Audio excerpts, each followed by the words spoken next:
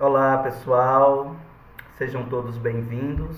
Hoje nós vamos falar sobre as tendências pedagógicas. As tendências pedagógicas nada mais é do que as concepções de educação, adotadas pelo sistema educacional ao longo de todo o processo histórico. Ou seja, em cada momento histórico nós temos uma forma de ver e entender o processo educativo.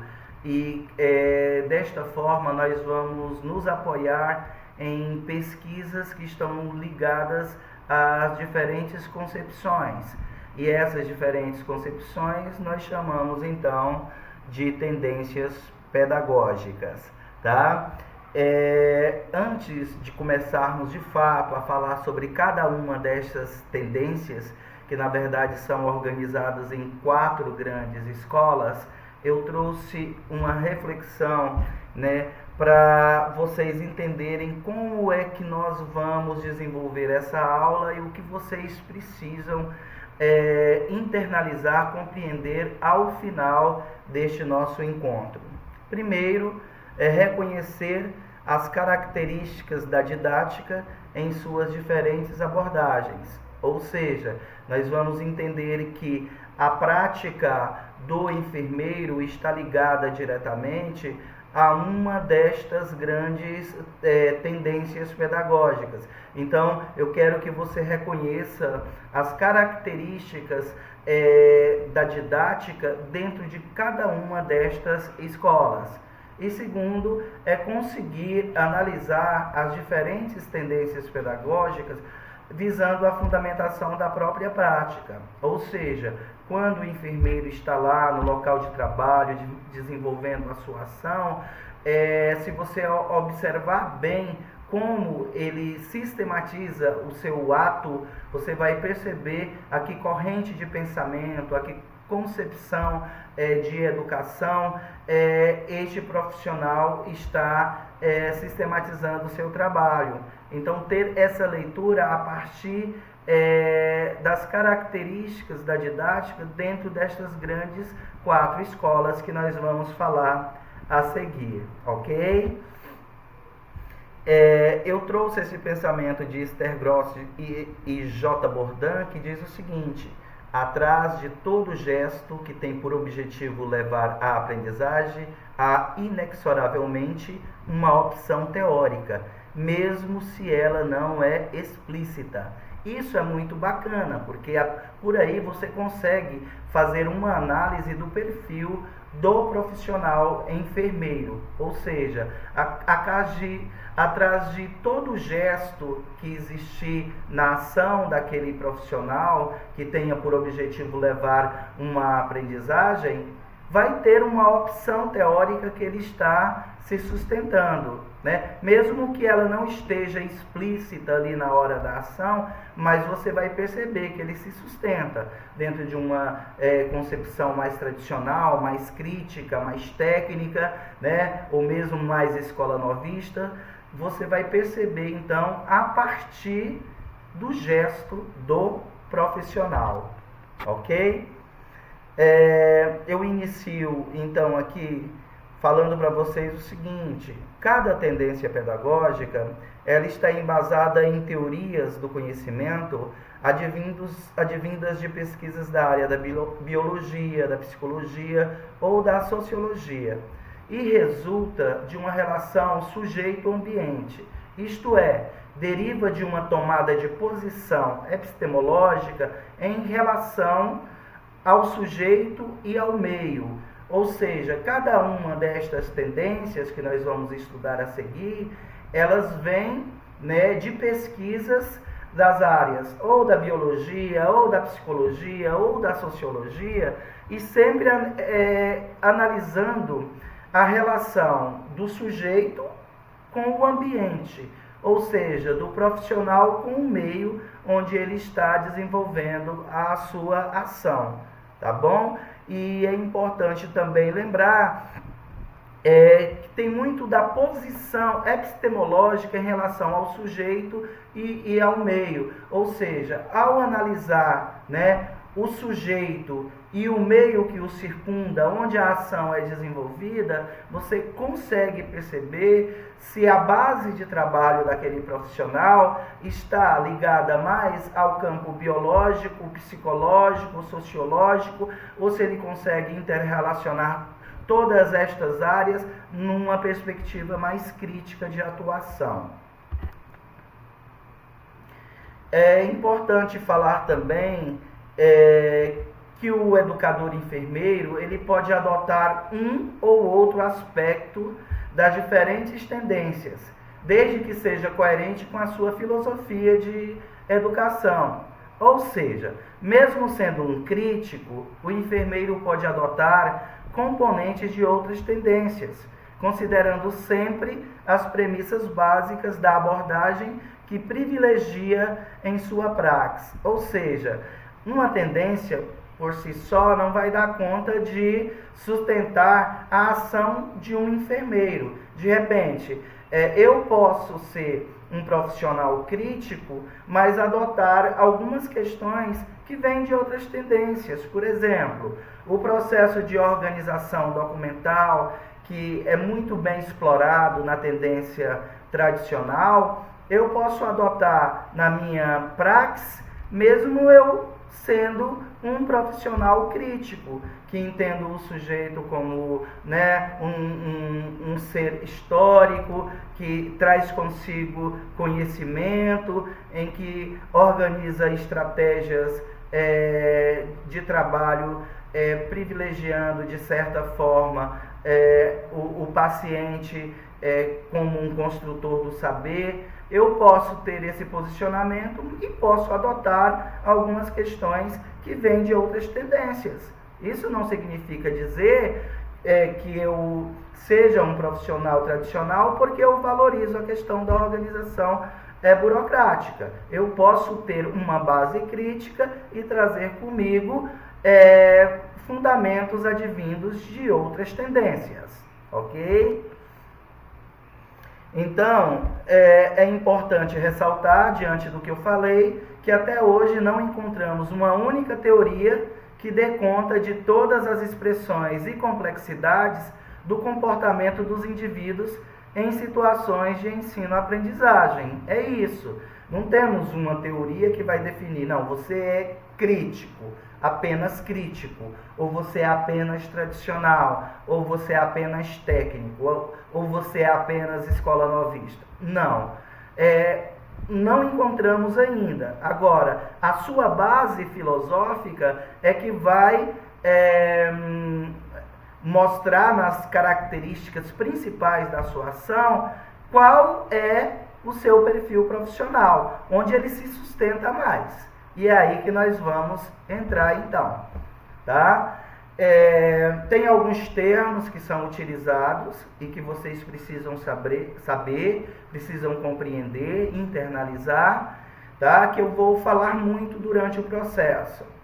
Primeiro, vocês precisam entender que tendência pedagógica tem o mesmo significado que concepção de educação ou corrente de pensamento.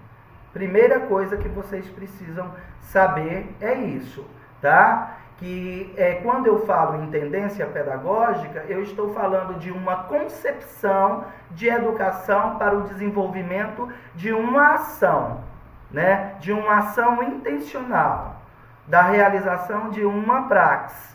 Então, nesse sentido, quando eu falo em tendência pedagógica, eu estou falando em concepção de educação, estou falando de corrente de pensamento, né? Qual é a corrente de pensamento que privilegia mais a minha praxe, que organiza e sistematiza mais o meu ato intencional educativo?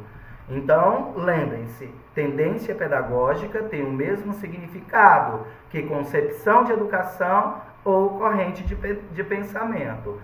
E existem 4 grandes tendências pedagógicas. Estas tendências pedagógicas são chamadas de escolas.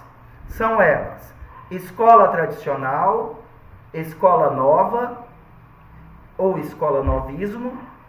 Tem autores que chamam dos 2 termos. Escola técnica ou tecnicista.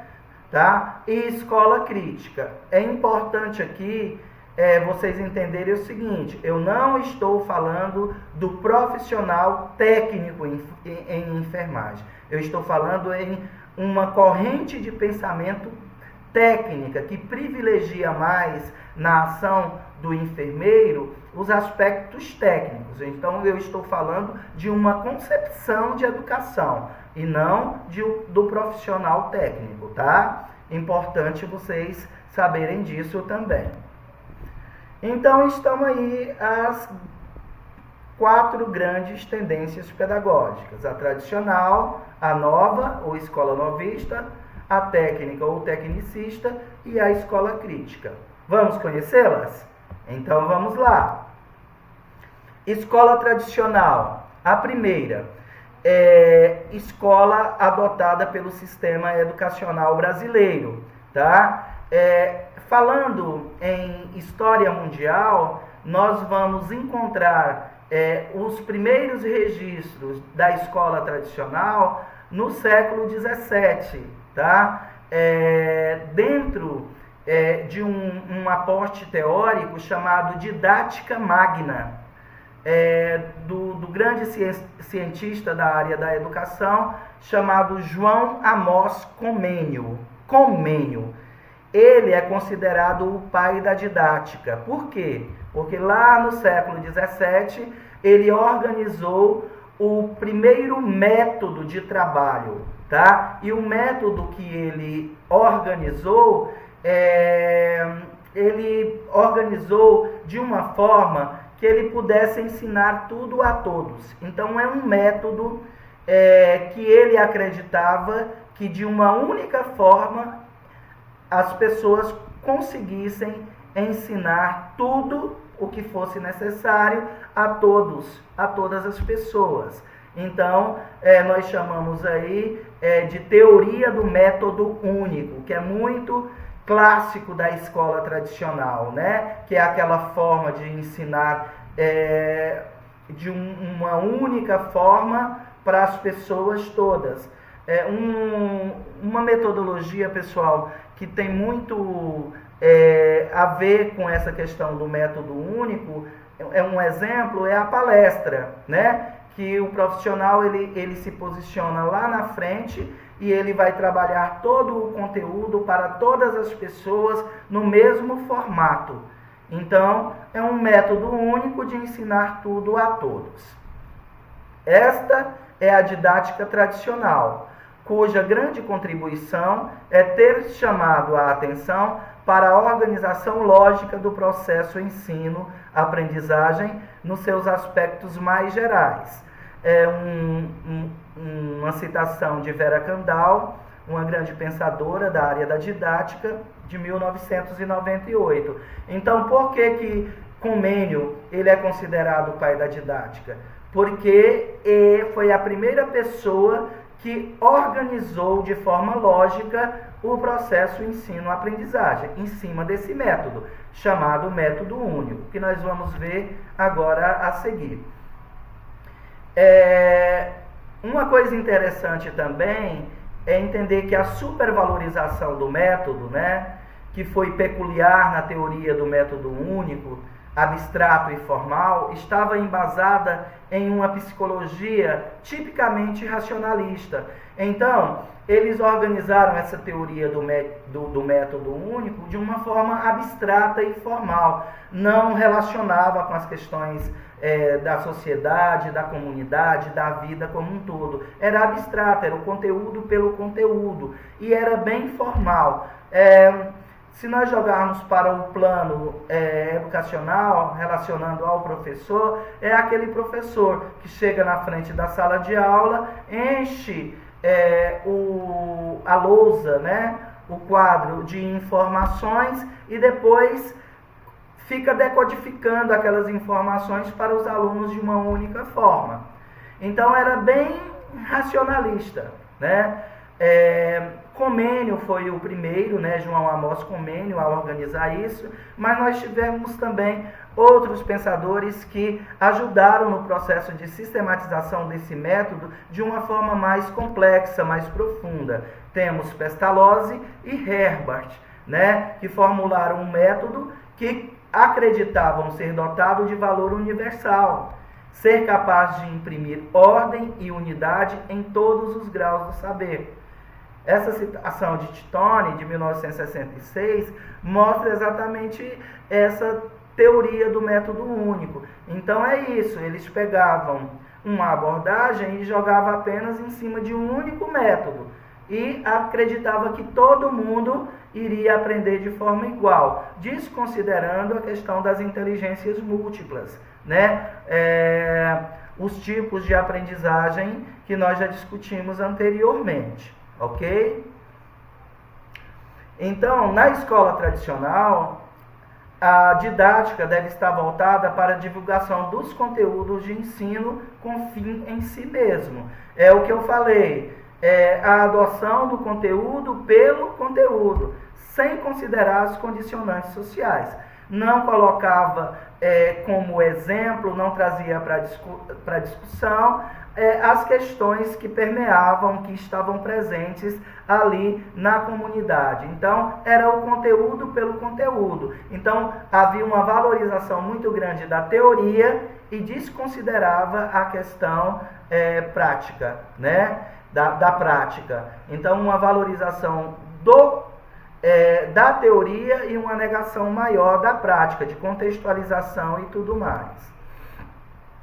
Nesta tendência, o centro do processo ensino-aprendizagem é o enfermeiro, que assume uma postura autoritária e privilegia a exposição oral sobre qualquer outro procedimento de ensino. Interessante e importante vocês saberem disso. Então, geralmente, esses profissionais enfermeiros que são autoritários e que privilegiam a exposição moral sobre qualquer outra forma de procedimento, ele embasa a sua ação dentro desta perspectiva, né, tradicional de educação. Alguns enfermeiros adaptam esta proposta de ensino em suas aulas, tendo em vista as possibilidades que esta oferece para a organização e planejamento das mesmas, sem se preocupar com a efetiva participação dos pacientes, dos usuários, dos alunos.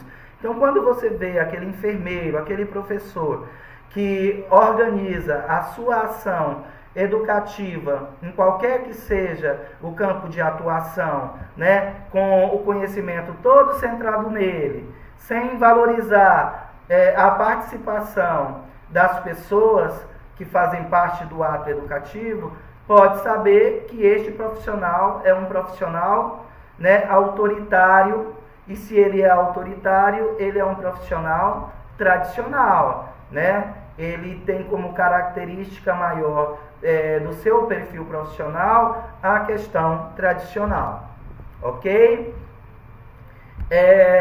A didática nesta tendência está embasada na transmissão cultural, concebendo o paciente como um ser passivo, atribuindo um caráter dogmático aos conteúdos de ensino e percebendo o educador enfermeiro como figura principal do processo ensino-aprendizagem. É o que eu falei anteriormente, né?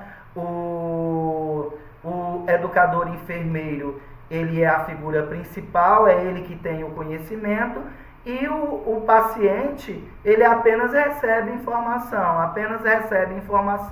e pronto, tá? Ele não participa de forma nenhuma com o seu saber. Ele é como se ele não soubesse nada, ok?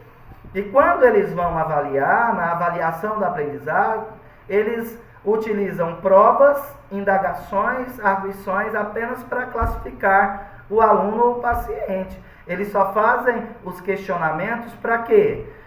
Só fazem os questionamentos para saber se o aluno decorou alguma coisa daquilo que eles explicaram. Então, apenas classificam. não se atém se o aluno realmente passou por uma formação, né? Se ele passou por vários desafios para gerar uma competência, tudo isso não é valorizado, tá bom? E aqui eu trouxe uma tabela, que é uma tabela que vai sintetizar tudo isso que nós falamos aqui, que nós discutimos como característica da escola tradicional. Primeira coisa que eu quero que vocês saibam, antes de nós trabalharmos a tabela, é que essa escola tradicional, ela teve o seu apogeu. O que é o apogeu? O apogeu nada mais é do que o tempo em que ela ficou sendo validada pelo sistema educacional de educação e saúde como a forma de trabalhar. Então, foi adotado pelo sistema educacional entre 1549 até 1930. Então, ela foi durante todo o processo de colonização brasileira, vendo na última parte aqui no contexto social. Ela esteve presente durante todo o período de colonização, todo o período anterior à industrialização, né? E ela seguia moldes europeus. Por quê? Porque nessa época, de 1549 até a Primeira Grande Guerra Mundial, o centro da economia mundial estava na Europa. Então, lá eles organizavam, né, esses moldes, estes métodos, e mandavam para todo o resto do mundo.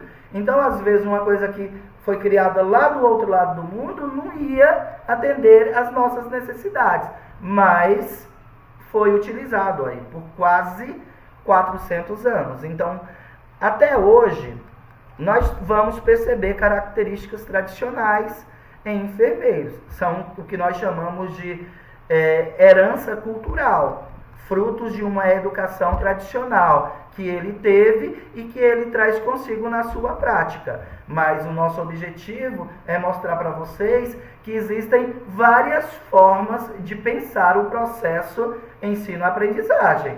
E para isso nós temos 4 grandes formas de entendimento, que são as tendências pedagógicas. A escola tradicional pensa assim, e cada uma das outras pensa diferente. Então vamos lá.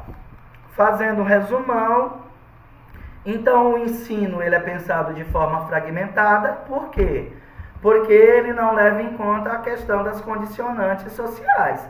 É apenas o conteúdo pelo conteúdo. Ensinou isso, acabou. Guardou. Ensina outra coisa, guarda. Ensina outra coisa, guarda. Não tem, né, um processo evolutivo de compreensão do todo.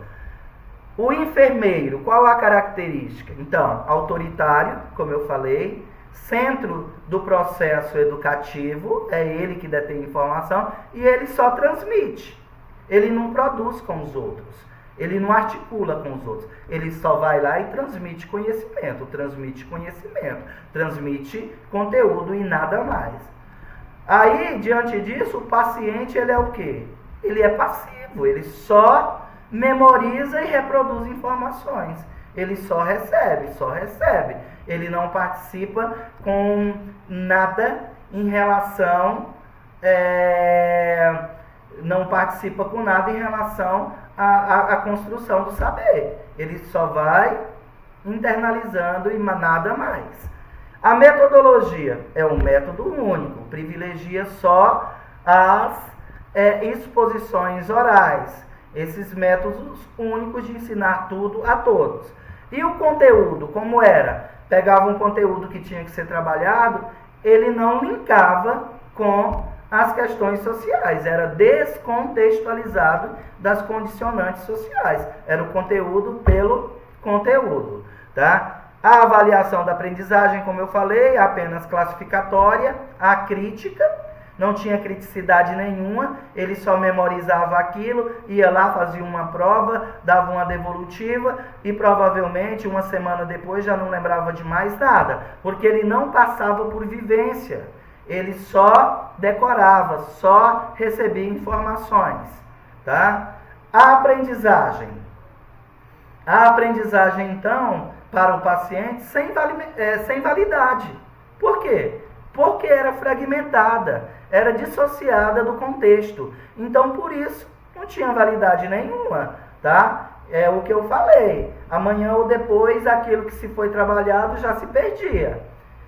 E como eu já falei para vocês, o contexto social, então foi na época da colonização brasileira, anterior à industrialização. A industrialização brasileira já chega lá nos anos 30, né? E os moldes, eles eram importados da Europa. Esta é a tendência tradicional, a nossa escola tradicional, tá? Vamos para a próxima.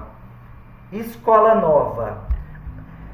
Quando acontece a Primeira Guerra Mundial e os Estados Unidos saem vencedor dessa guerra, então o centro da economia mundial sai da Europa e vem para os Estados Unidos.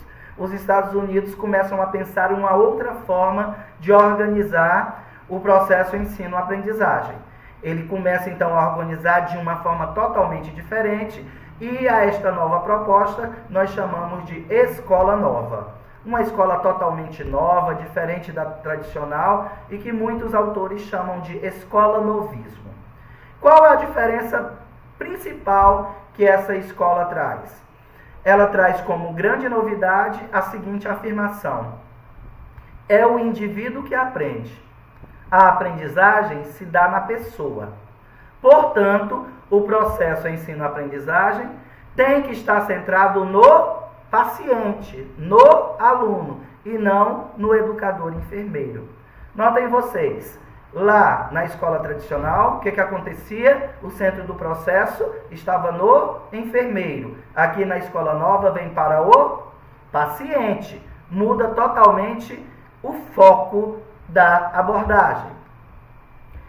Se o processo ensino-aprendizagem deve estar centrado no aluno, paciente, esse tem de ser ativo, participar diretamente do seu processo de aprendizagem. Olha que bacana. Então, o paciente que era passivo, que só recebia antes, agora ele se torna ativo. Ele começa a participar diretamente do seu processo de aprendizagem.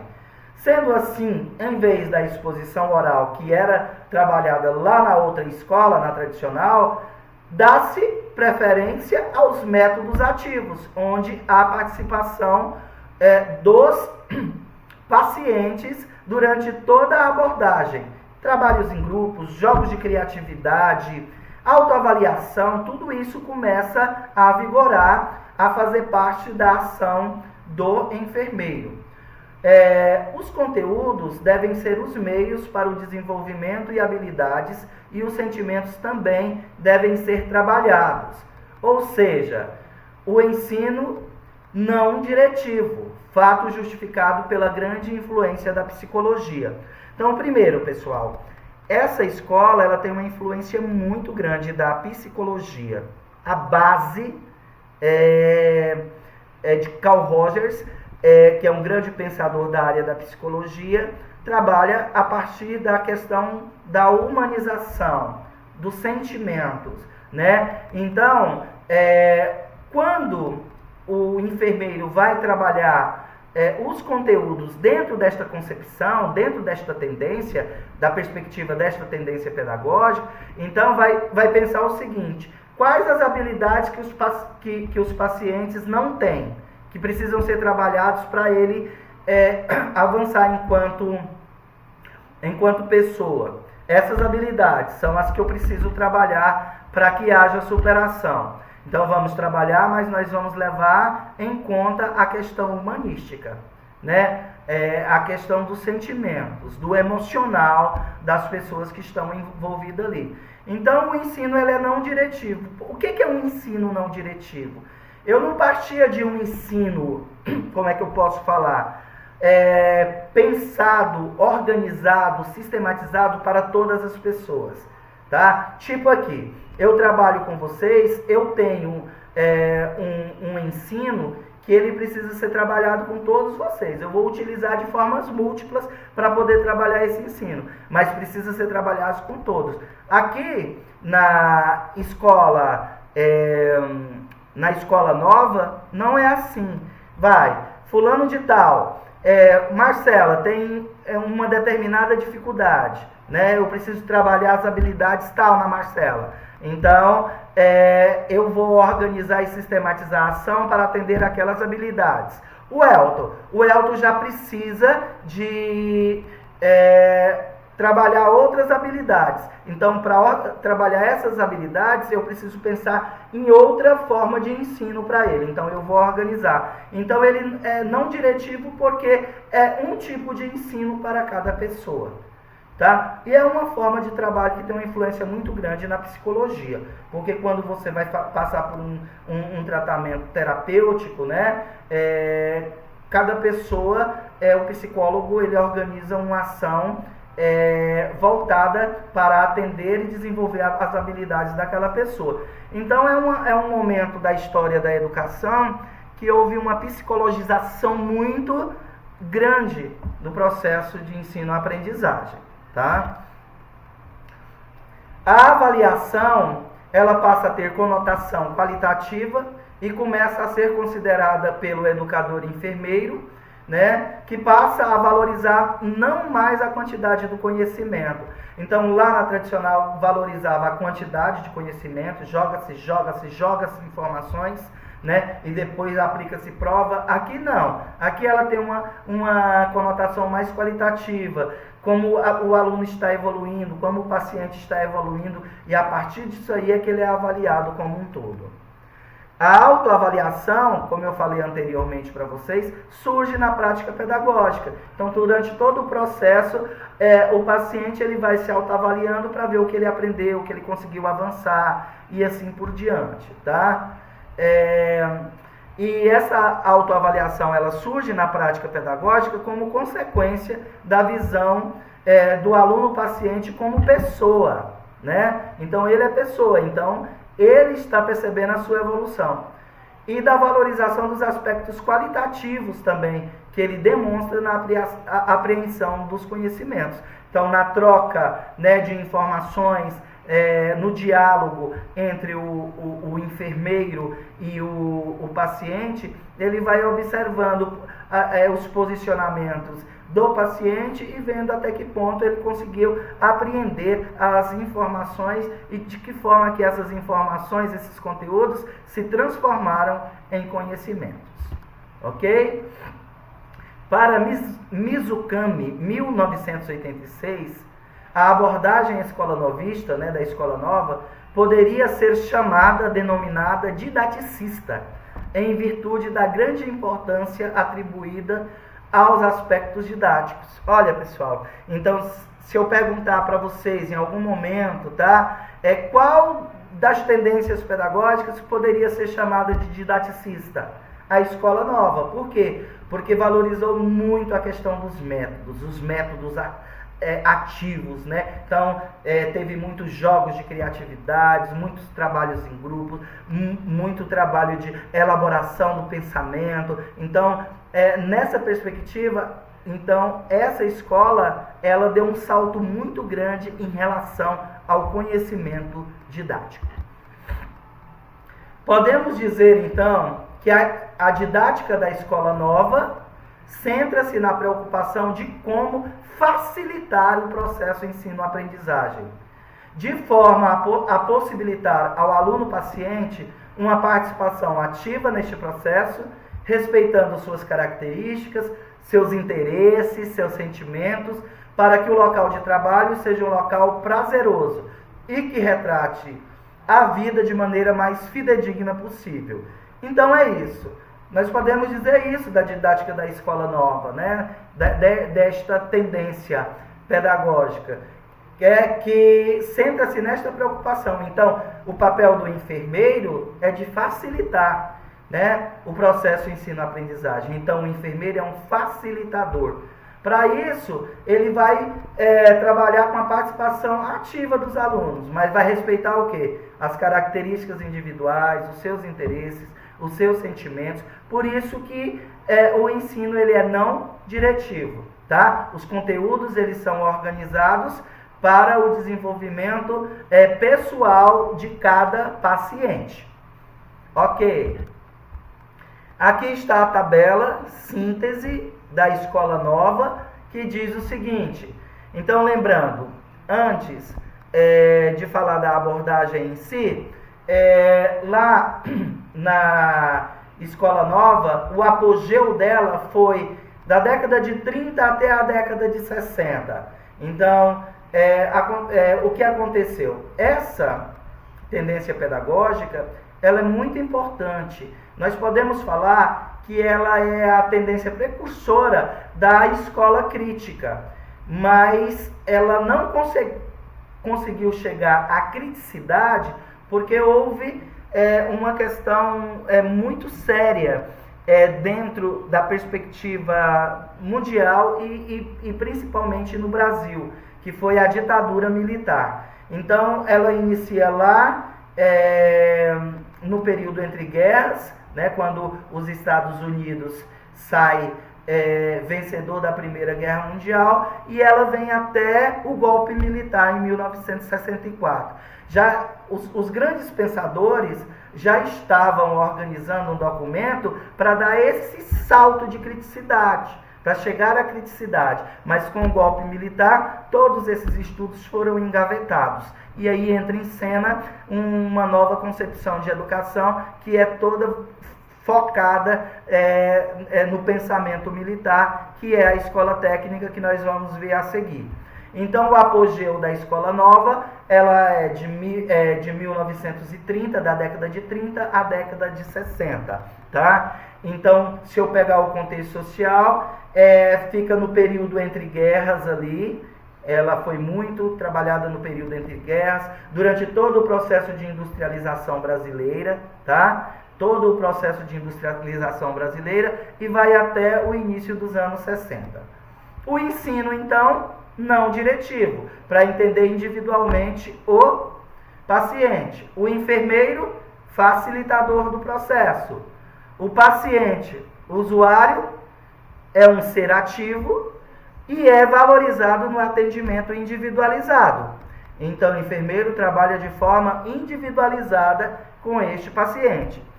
A metodologia são vários métodos, chamados de métodos ativos, que hoje está muito em moda, né? Está em voga.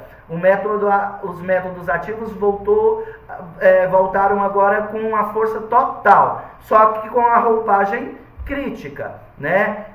Entendendo o paciente como um sujeito pensante, atuante, participativo, né? E que traz também muitas informações, não apenas série. Porque aqui, na escola nova, apesar dele ser ativo, né, ele só recebe informações, ele não traz informações. Lá, na escola crítica, lá na frente, ele é ativo também, o sujeito, mas além de receber informação, ele também traz informação para o debate da sala de aula ou do espaço onde ocorre a ação do enfermeiro, tá? Então, o paciente, ele esse ser ativo, é valorizado no atendimento individualizado, a metodologia são métodos ativos, e o conteúdo de acordo com a necessidade do paciente, como nós vimos, né?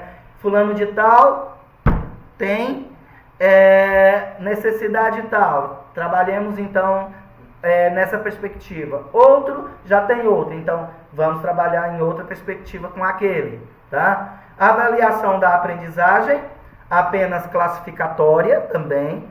A crítica, apesar de ter a conotação qualitativa, a avaliação da aprendizagem, ela é a crítica, porque ainda ia só classificar o aluno, se aprendeu ou não aprendeu, o paciente, se ele aprendeu, internalizou ou não, tá? Ainda não trabalha de uma forma geral, percebendo que ele passou por um processo de formação mais aguçada, mais crítica, como nós vamos ver na última concepção. A aprendizagem é pautada no processo evolutivo individual. Então, se é pautada no processo evolutivo individual de cada paciente, não tem objetivos educacionais coletivos. Sem objetivos educacionais coletivos. Os objetivos educacionais eram individuais. Ok? Esta é a escola nova. Vamos para a escola técnica? Tá aí, a escola técnica. Na segunda metade do século XX, com o crescimento da sociedade industrial, fortemente calcada na tecnologia, desponta uma outra tendência, a tecnicista. Então, ela surge bem no meio deste avanço tecnológico, né? Quando a sociedade estava passando por uma reformulação tecnológica muito grande e estava se industrializando cada vez mais, tá? Então ela surge aí e ela vem com o golpe militar, não se esqueçam disso. As teorias da aprendizagem que fundamentam a pedagogia tecnicista dizem que aprender é uma questão de modificação do desempenho. Isso é muito interessante. O bom ensino depende de organizar eficientemente as condições estimuladoras, de modo que o aluno ou que o paciente saia da situação de aprendizagem diferente de como ele entrou. É mais ou menos isso. O paciente ele tem que sair da ação de uma forma diferente de como ele entrou. Então tem que haver uma modificação do desempenho deste sujeito aprendiz, dessa pessoa que está recebendo essa ação pedagógica aí, tá? Então vamos ver mais. Olha que interessante. Na didática ou na tendência tradicional, o processo ensino-aprendizagem estava centrado onde? No educador, no enfermeiro. Ao passo que na escola nova centrava-se aonde? No aluno, paciente. Agora, na tendência tecnicista, os meios, que são os recursos audiovisuais, tecnológicos, é que passam a ser o foco, como forma de garantir os resultados do processo de ensino-aprendizagem. E os métodos de ensino tornam-se sofisticados. É quando chegam, de fato, né, nas salas de aula, nas ações de enfermagem, esses recursos audiovisuais. Lembram do retroprojetor? Daqueles slides que passavam, né? Os slidezinhos. Então começa a chegar. Então, os enfermeiros começam muito a investir na questão audiovisual, os métodos passam a ficar mais sofisticados, que agora eles são tecnológicos, e os conteúdos eles eram organizados em blocos e eram repassados para que ele tivesse aquela visão específica de algo, sem se preocupar com a visão geral. Era só a visão prática que eles precisavam ter, para que eles tivessem eficiência para poder realizar a sua ação. Tá? No início de 1960, o Brasil chega ao fim de um modelo econômico intitulado Substituição de Importações, com a implantação de indústrias de grande porte, como as automobilísticas. Isso significou a nossa entrada no mundo capitalista. É quando o Brasil entra de fato no mundo capitalista, que naquela ocasião era movida pela produção industrial.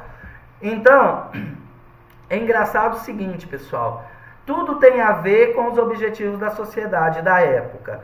Porque o Brasil ele estava começando a entrar nesta nova era tecnológica, né? Então a produção industrial estava muito em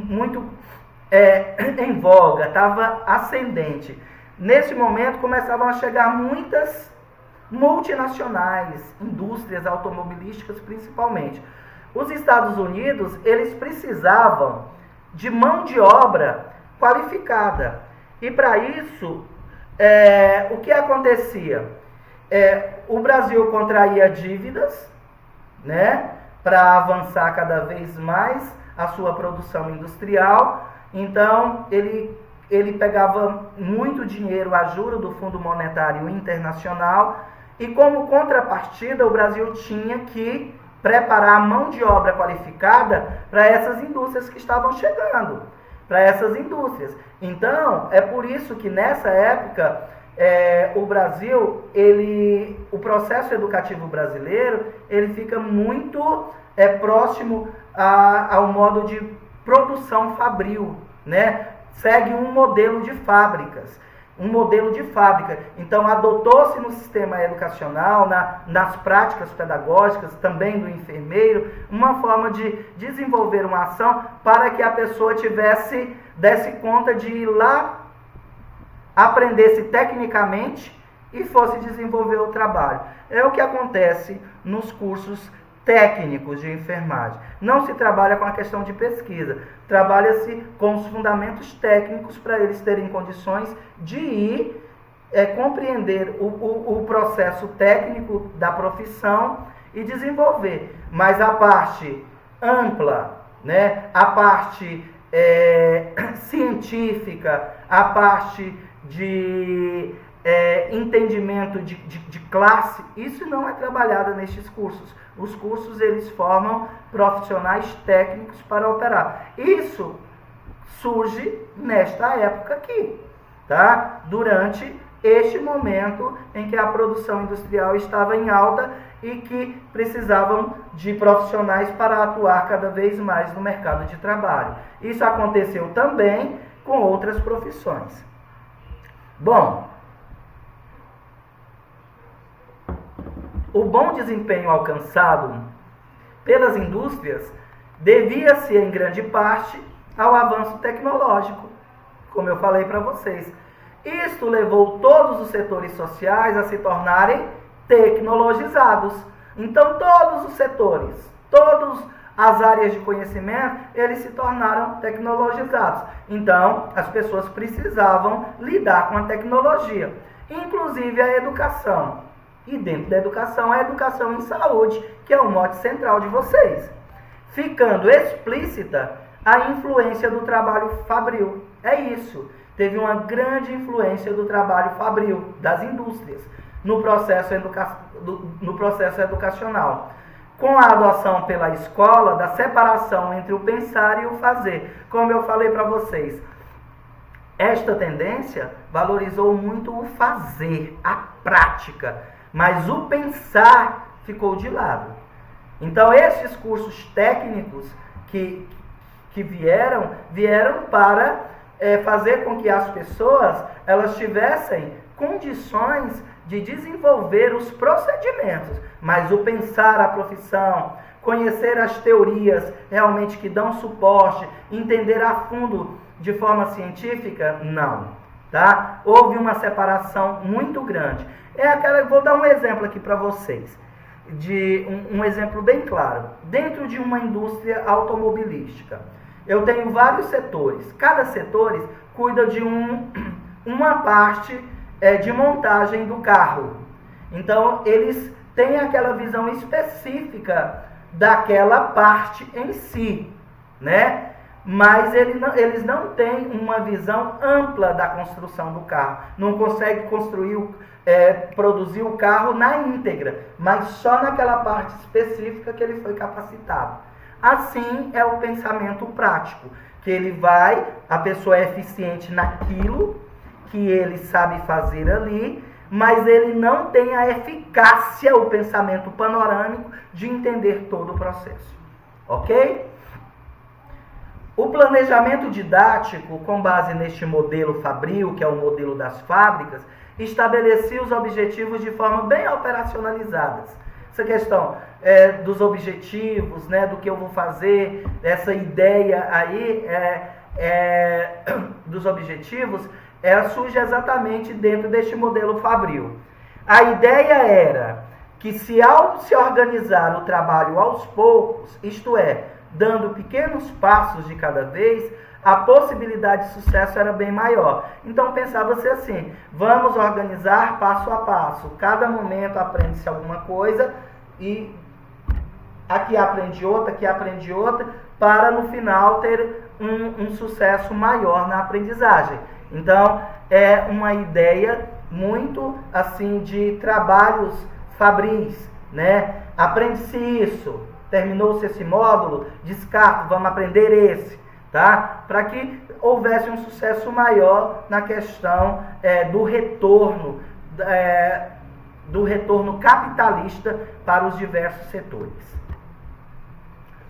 A didática na tendência tecnicista enfatizou o caráter prático-técnico, como eu falei para vocês. Então, enfatizou exatamente isso, o caráter prático-técnico do ensino, desconsiderando, como as tendências anteriores, as condicionantes sociais. Não pensava em linkar de forma nenhuma o conhecimento com a vida, tá? Então, por isso ela também é uma tendência acrítica, não tem criticidade.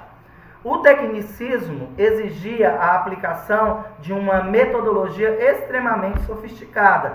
Por quê? Porque chegaram, os audiovisuais, a tecnologia como um todo, e distante da realidade da maioria dos professores das escolas brasileiras. Então foi um sufoco, porque passar por um processo de formação nas coxas, como nós podemos falar, não é brincadeira. Além do que, a ênfase na técnica, no processo de ensino, gerou um grande esvaziamento nos conteúdos. Então, valorizava-se muito a questão da apreensão técnica, mas houve esvaziamento do conteúdo, porque não se trabalhava os conteúdos científicos, trabalhava-se mesmo a questão prática. Então, isso é muito grave. Por quê? As pessoas, quando têm um esvaziamento de conteúdo, automaticamente eles não vão ter uma leitura científica. Quando não se tem uma leitura científica, não tem uma visão do todo. Não tendo uma visão do todo, são, como eu posso falar, massa de manobra na mão dos governantes. E o que a ditadura queria? Pessoas não pensantes. Por isso, não era vantajoso para eles pensarem no ensino que os levassem a pensar, a compreender cada vez mais. Então é isso, tá? O que contribuiu enormemente para a desestruturação da educação do nosso país. Então, nós chamamos de anos de chumbo. Por quê? Houve esse esvaziamento e as pessoas foram ficando empobrecidas de conhecimento. E com isso, houve uma desestruturação muito grande da educação. Por quê? Porque as pessoas não conseguiam avançar no pensar, no pensar científico. Poder-se-ia dizer que até o advento do tecnicismo, a didática no curso de formação de educadores e enfermeiros enfatizava mais o processo de ensinar do que o contexto. Então é isso. Até aqui, passando por essas três tendências, nós podemos perceber então que valorizava-se muito mais o processo de ensinar por ensinar do que o contexto. Em nenhum momento o contexto social foi valorizado, Em nenhum momento linkou-se o conteúdo com a realidade, com o contexto social. Esse processo de contextualização só vai chegar na escola crítica, assim que a ditadura militar cai por terra. Daí a denominação não crítica que se dá a estas tendências, tradicional, escola novista e tecnicistas. São tendências não críticas, pois elas não se ocupam da realidade, não relacionam as questões educacionais às sociais, não se percebendo, portanto, condicionadas por estas. Ora, pessoal, se nós entendemos hoje que são as demandas do social que vai validar a nossa prática, isso já é um pensamento crítico. Estas tendências não pensavam assim, não se percebiam dessas formas, elas não linkavam. Então, elas são denominadas acríticas. Aqui está, como eu já mostrei anteriormente, a síntese da escola técnica ou tecnicista. Então, ela fica mesmo no seu apogeu a partir do golpe militar e vai até mais ou menos 1985, que quando se instaura a democracia no Brasil. Então, ela ficou no seu apogeu nessa época aí, dentro do contexto social, foi o golpe militar, a ditadura, a repressão, que a repressão levou muitos pensadores à morte, ao exílio. Então muitos se exilaram em outros lugares. E esses pensadores que se exilaram em outros países, não só pensadores da área da educação em saúde, artistas, né? Essas pessoas com a mente mais de vanguarda, eles saíram, foram morar em outros países para não morrer por causa da repressão, e lá eles continuaram produzindo. Quando eles voltam depois do término da ditadura militar, eles trazem consigo estes registros, né? Estes conhecimentos científicos. E é isso que nós vamos ver no próximo passo. Mas aqui, voltando na escola técnica, nós podemos falar então que o ensino era organizado em módulo. Então, o ensino ele é modular, tá? Modulares. Trabalha-se um módulo, separa, trabalha outro módulo, separa e assim por diante. O enfermeiro, ele era apenas um técnico que se preocupa com a modificação do desempenho. Então, ele não se preocupava que o paciente ia aprender, internalizar de fato a ação dentro de uma perspectiva crítica. Ele queria que modificasse o desempenho para que a pessoa ela fosse eficiente, mas não tivesse a visão do todo. Essa é a grande preocupação, tá? O paciente usuário, elemento para quem o material é repassado. Então, os pacientes eles não tinham uma relação, existia uma ausência de relação enfermeiro-usuário nesse contexto da escola tecnicista. Enfermeiro de cá, paciente de lá. Existia nenhum tipo de interação, tá? Ele era apenas um elemento para quem o material era repassado. Gente, olha que interessante, os termos que eram utilizados. Elemento é um termo totalmente militar, tá vendo? Então isso é muito interessante a gente perceber também. Grade curricular era muito falado nessa época, elemento, tá? Então são termos militares e que chegaram até o processo educativo. A metodologia era um método único com ênfase nos meios. Então jogava-se, por exemplo, várias lâminas no retroprojetor, ia passando, e era isso. A metodologia era essa, era sofisticada, mas era um método único de trabalhar, né, com as pessoas, tá?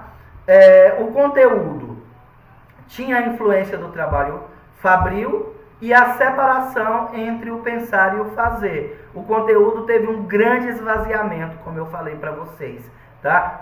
Então havia separação entre o pensar e o fazer, porque o pensar não era discutido, era só o fazer pelo fazer, tá? E esvaziamento do conteúdo. A avaliação da aprendizagem também só era para classificar se aprendeu ou não aprendeu, né, aquele determinado conteúdo, e era a crítica. A aprendizagem. A pessoa tinha que ser eficiente sem visão holística. Eu já falei, vamos retomar. Eficiente, ele sabe trabalhar, ele sabe desenvolver uma ação específica, mas ele não tem a visão do todo. Então, eficiência é isso, tá? É diferente de eficaz, que nós vamos ver na frente. Eficaz é como quando a pessoa é eficiente para fazer algo, mas ele consegue ver a ação como um todo. Aqui, ele é só eficiente, tá bom? Vamos então para a nossa última escola, a escola crítica, que é a que está em vigor atualmente e que surge lá na década de 80 e é a escola que a gente defende, porque todos os envolvidos na ação educativa são produtores de conhecimento. Vamos ver como é que é estabelecido isso aí então. A década de 80 se inicia ainda sob a efervescência e ansiedade do restabelecimento do Estado democrático de direito no Brasil, após um longo período de ditadura militar. Então, os anos 80 começa exatamente assim, né? A ditadura militar cai, então, né, aconteceu as diretas já naquele momento. Já ouviram falar da questão do movimento dos cara-pintadas? Acontece exatamente nesse momento histórico, quando a gente sai da ditadura e a gente começa a viver um período democrático de fato. A partir de então, movimentos sociais ganham força em todo o país. A classe operária se une aos professores, né, na luta pela participação nas decisões político-educacionais, pela recuperação da escola pública e pela democratização do ensino. Então, nesse momento, esses movimentos sindicais, vindo da classe operária, começam a lutar para participar da construção desses documentos, que eles possam participar ativamente, que a sociedade civil tem direito de participar destas decisões político-educacionais, que os documentos organizados para balizar, estruturar o processo educativo, né, seja ele da área da saúde ou da área geral, fosse com a participação do povo. Tá? Isso é o pensamento democrático. Algumas das preocupações que orientavam as investigações na área giravam em torno das seguintes questões. Então, a luta maior era exatamente em cima dessas questões. A ideologia, o que ia se ter de ideologia em cada documento, né, em cada lei, que fosse uma lei que atendesse o povo, que não fosse apenas para o povo, mas que surgisse do povo também, que houvesse essa participação direta, né? Então, sempre existem essas questões. A ideologia que vai prevalecer é a do governo, ou nós vamos pensar juntos, né? Como é que vai ser estruturada essa relação de poder dentro dos documentos que vão balizar a nossa ação? As pessoas vão continuar alienadas ou não? Vai ter alienação? As pessoas alienadas, elas não produzem, elas estão à margem do processo. Então, a gente tem que acabar com esse processo de alienação. As classes trabalhadoras, elas precisam se organizar, participar ativamente, produzir este conhecimento, fazer parte da construção destes documentos, né? Isso é muito importante. Então, para isso tinha que ter conscientização, não ter apenas uma reprodução capitalista, mas que tivesse a inserção do pensamento popular, tivesse contestação do sistema capitalista. Isso era muito importante, que as pessoas participassem de fato, que as classes sociais estivessem, né, juntas na elaboração desses documentos, houvesse uma emancipação de pensamento das pessoas, que as resistências caíssem por terra, que a relação entre teoria e prática elas fossem validadas no contexto social, né? Que a educação fosse vista como prática social e não só conteúdo por conteúdo, que o educador enfermeiro fosse visto como agente de transformação de uma sociedade e que houvesse essa articulação do processo educativo com a realidade, que até então nunca tinha tido. Foram as grandes preocupações iniciais para recomeçar o processo de reorganização das leis, né, dos documentos que balizam, estruturam, organizam todo o processo administrativo e pedagógico da profissão de vocês e de todas as outras profissões. Então, com a abertura política no país, os educadores enfermeiros passaram a conhecer teorias educacionais mais abertas e críticas. Como eu falei para vocês, os pensadores que estavam exilados voltam para o Brasil e, ao voltarem, o que acontece? As pessoas começam a ter contato com esses registros escritos, com estes artigos, com estes livros, com estes documentos, né, com estas teorias, e isso valoriza em muito a percepção do enfermeiro em relação às novas práticas que deveriam ser adotadas. Com isso, passaram a enxergar melhor os limites, os determinantes, as possibilidades através das contradições da prática, revertendo em atuações mais dialéticas, né? O que é uma atuação dialética, né? O que é uma atuação mais dialética em seu ambiente de trabalho? Uma que está em constante construção, né? Ela é dialética porque ela não tem fim em si mesmo. Ela, a cada dia, como a própria roda da vida gira, a própria roda do pensar científico também gira. E à medida que novas concepções chegam para melhorar a qualidade da nossa prática, nós continuamos a crescer, a estudar e a melhorar a nossa ação.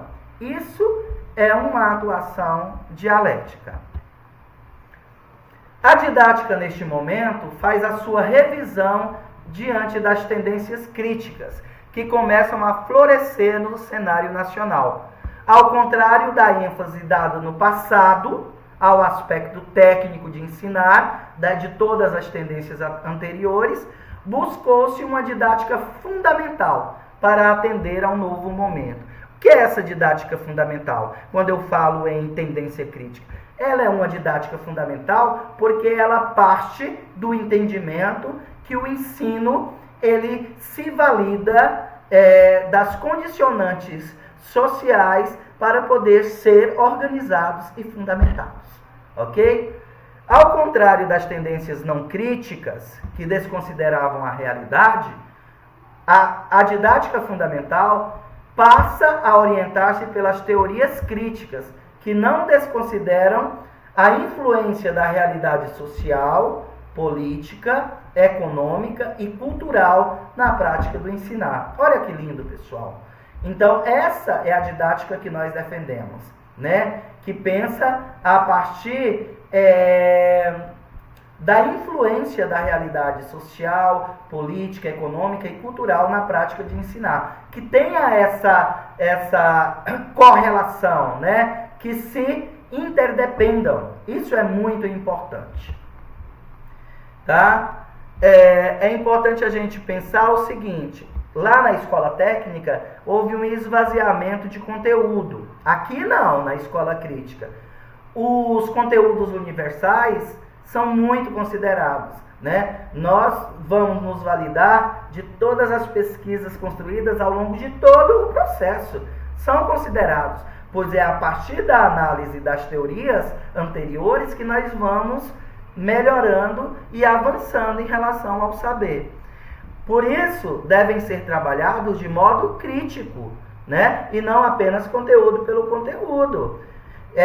Devem ser trabalhados não, de forma crítica, linkada com a realidade, permitindo que os alunos ou os pacientes, com base nesses conteúdos e na análise de suas experiências pessoais, possam dispor das ferramentas necessárias à participação na sociedade em que vive. Então é muito importante, porque a partir do momento que um conteúdo ele é trabalhado de forma crítica, o paciente, o aluno, o usuário que seja, com base nesses conteúdos, nessa abordagem que está sendo feita ali naquele momento, ele possa se dispor das suas próprias experiências, fazer essa correlação, né? E participar de forma efetiva na sociedade, como um sujeito, né? Um sujeito crítico, um cidadão, ok? Então, prioriza também um trabalho que possibilite ao estudante acadêmico construir e interagir com o conhecimento, participando de atividades em que seja eminentemente ativo, criando, trocando, comparando ideias, fenômenos, fatos, conceitos, operando mentalmente. Então, essa é a didática que nós acreditamos, né? Essa é a didática em que você, acadêmico, você, paciente, você, aluno, né? Você, usuário, possa construir e interagir com o conhecimento, dialogar, né? Participando de atividades de maneira ativa, produzindo conhecimento. Isso é participar, né, de forma eminentemente ativa, né? Criando, trocando com o outro, com o colega, comparando ideias para traçar análises, né? estudando fenômenos diferentes para entender possibilidades, os fatos que deram origem àquilo, né? Como os fatos sociais eles interferem no processo, ou eles podem, né, estar a nosso favor, trabalhar conceitos, entender conceitos, validar conceitos, operar mentalmente sempre, tá? Isso é importante. E aqui está a síntese, né, em forma de tabela, da nossa concepção ou da nossa escola crítica. Então, ela começa lá em 1985 com o advento, né, da democracia, com a instauração da democracia. Vocês podem analisar aí no contexto social, última parte da tabela, que nós estamos vivendo essa escola crítica. Apesar das adversidades atuais, né, todos os documentos oficiais ainda se balizam, são organizados, são estruturados a partir desses ideários, tá? Então, a partir da instauração da democracia, da liberdade de expressão que todos têm, a volta dos intelectuais e o acesso às produções científicas críticas. É a partir daí que se começa todo o processo de reorganização da ação educativa. Nesse sentido, o ensino ele é entendido como algo lógico-histórico. O que é um ensino lógico-histórico? Ele parte de uma lógica e se apoia na questão histórica. Então, valoriza todas as pesquisas, né, todo o processo de construção do saber até chegar no nosso momento, no momento em que nós estamos vivendo. Então, ele é lógico-histórico.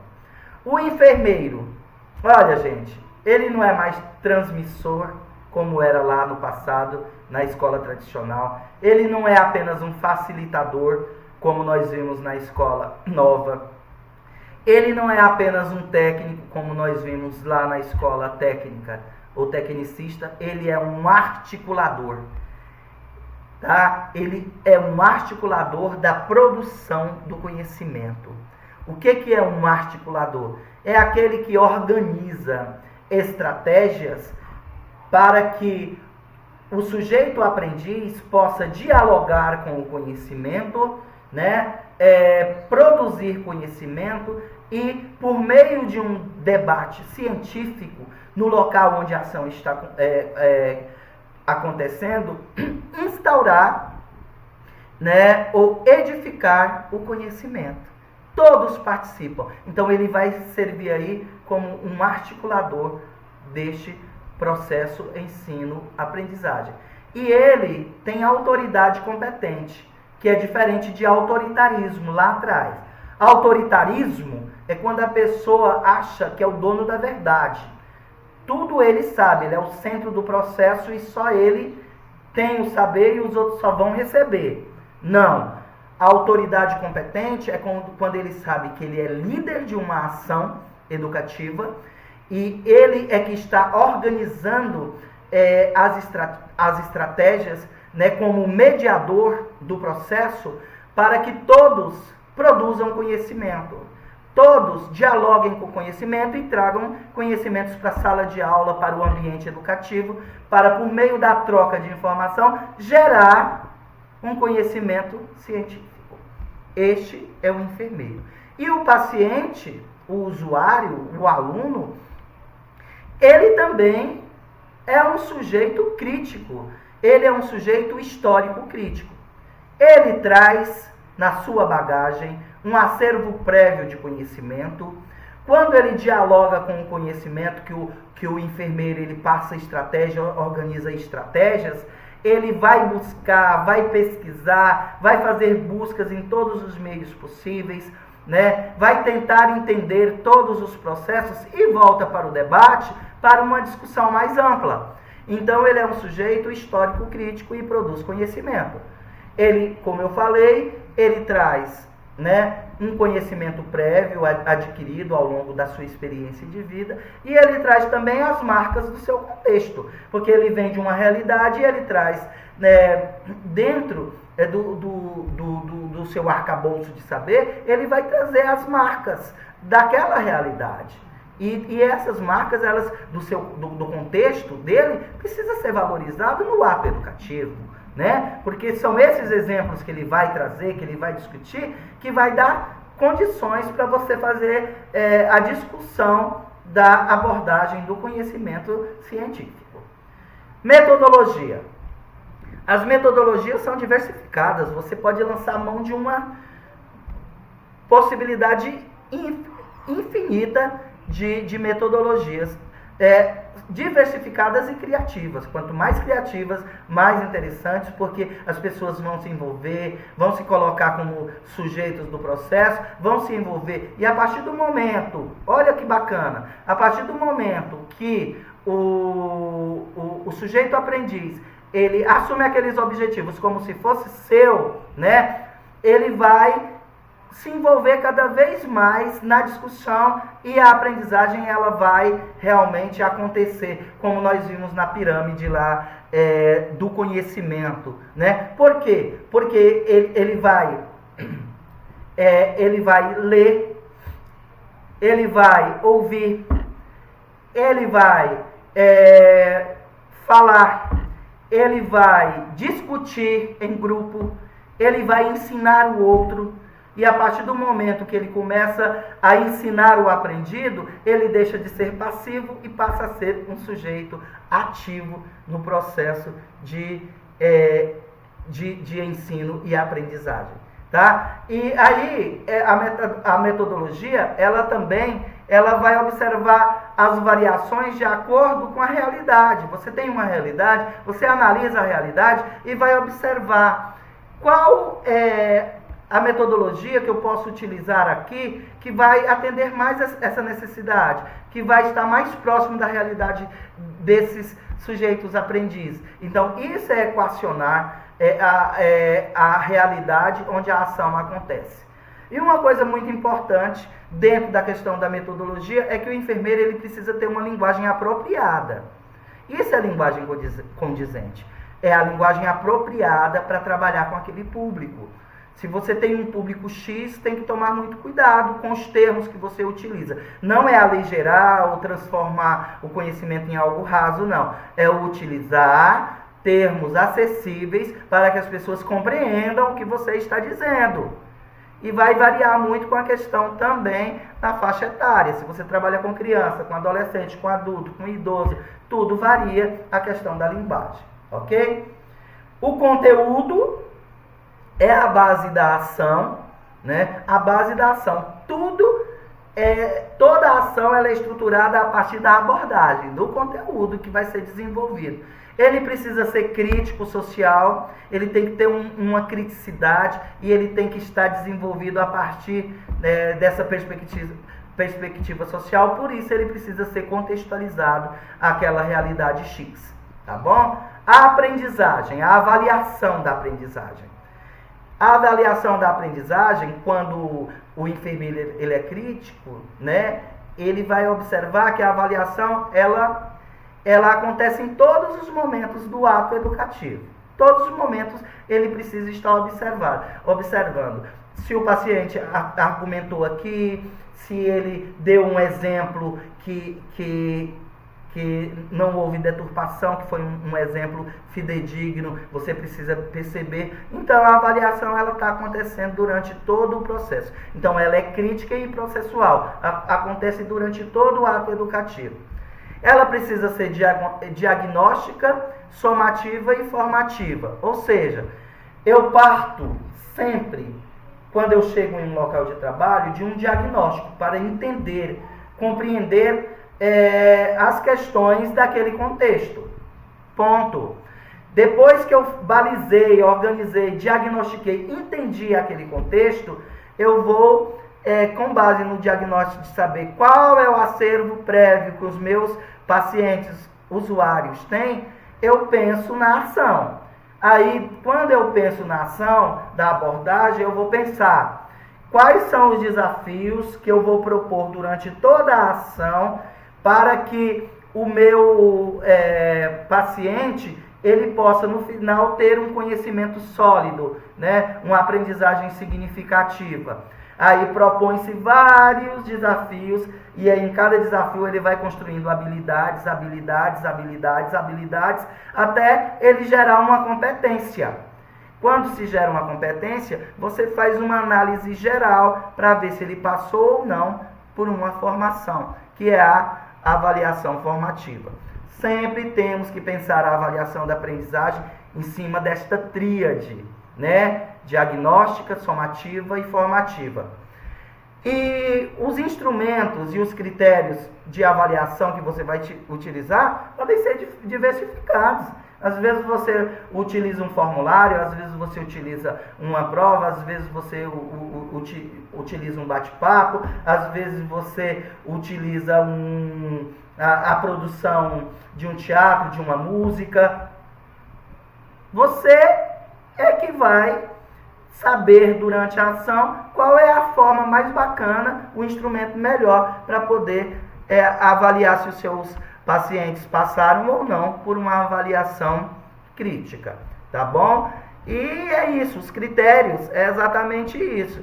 A participação, se ele é assíduo, né? Se está sempre presente, se tem frequência, se ele é envolvido, tudo isso vale na hora de dar a nota final, tá? Se é um aluno que faz, ou um paciente que faz questão de participar, tá? Então isso tudo pode balizar a avaliação da aprendizagem.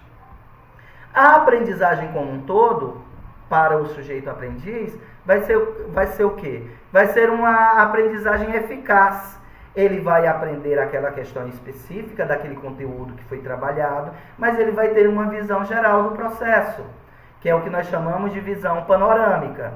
Quando ele tem uma visão panorâmica e entende o processo como um todo, ele então vai ter uma aprendizagem significativa, tá bom? Esse é o resumão da nossa escola crítica.